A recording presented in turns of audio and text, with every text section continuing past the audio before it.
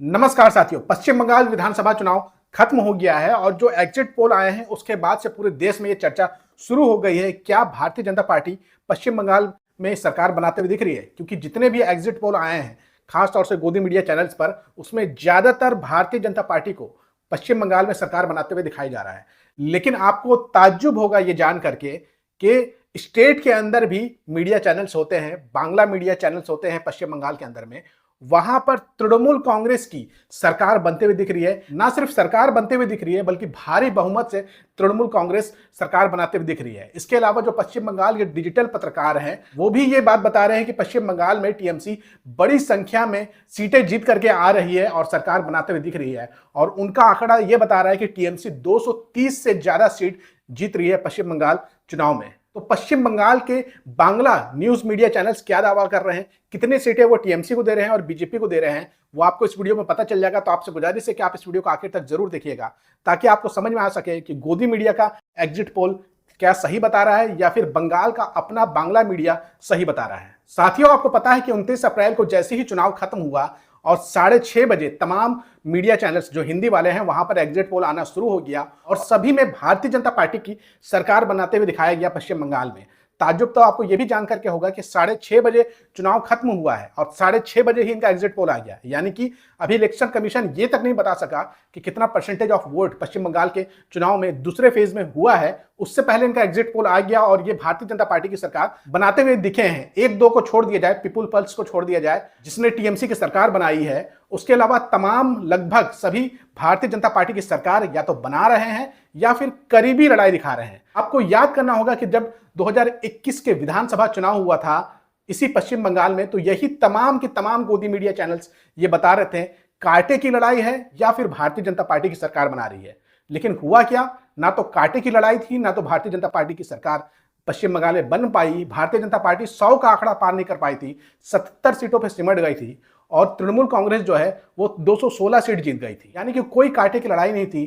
TMC एक तरफा सरकार बना रही थी, लेकिन गोदी मीडिया चैनल्स ने क्या माहौल बनाया था 2021 में, वो आप अपने स्क्रीन पे देख सकते हैं।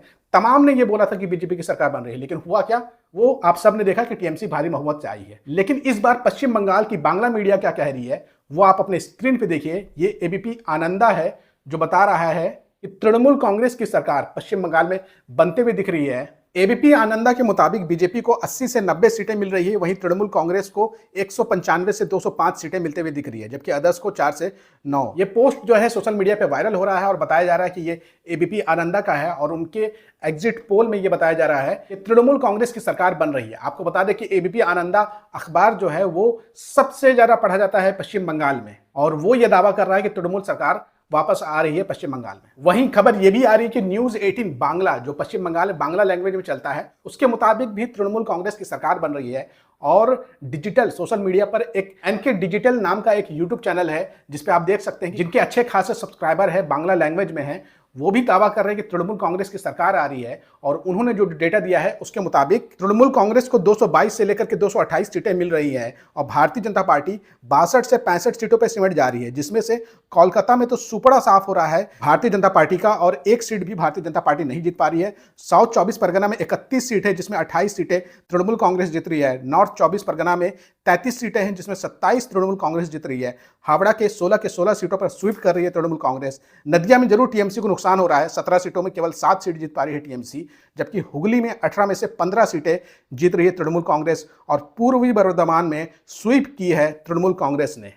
ये डेटा है एनके डिजिटल का, जिसे बड़ी संख्या में बंगाली लोग देखते हैं और उनके मुताबिक तृणमूल कांग्रेस वापस आते हुए दिख रही है पश्चिम बंगाल की राजनीति में और भारी बहुमत के साथ आते हुए दिख रही है। वहीं एक और सोशल मीडिया न्यूज चैनल है जिसे पश्चिम बंगाल में बहुत ज्यादा देखा जाता है, बोंग न्यूज लाइव के नाम से ये न्यूज चैनल है, जिसे दीपक व्यापारी नाम का एक पत्रकार चलाता है, जो कि पश्चिम बंगाल के गली गली मोहल्लों तक उनकी पहुंच है। और उनके मुताबिक जो है वो 230 सीटें तृणमूल कांग्रेस जीतते हुए दिख रही है। यानी कि पश्चिम बंगाल की जो मीडिया है वो साफ साफ बता रही है कि कोई परिवर्तन पश्चिम बंगाल में नहीं हो रहा है, बीजेपी बुरी तरीके से हार रही है। लेकिन जो सेंट्रल की मीडिया चैनल्स है उसके मुताबिक बीजेपी सत्ता में आ रही है पश्चिम बंगाल की। ये वही सेंट्रल की गोदी मीडिया चैनल्स है जो 2021 में बताए थे कि तृणमूल कांग्रेस की सरकार नहीं बन रही है, तृणमूल कांग्रेस हार रही है। और 2024 में भी तृणमूल कांग्रेस को लोकसभा में हारते हुए यानी कि कम सीटें जीतते हुए दिखाई थी और दोनों बार मुंह की खाई है सेंट्रल की गोदी मीडिया चैनल्स ने।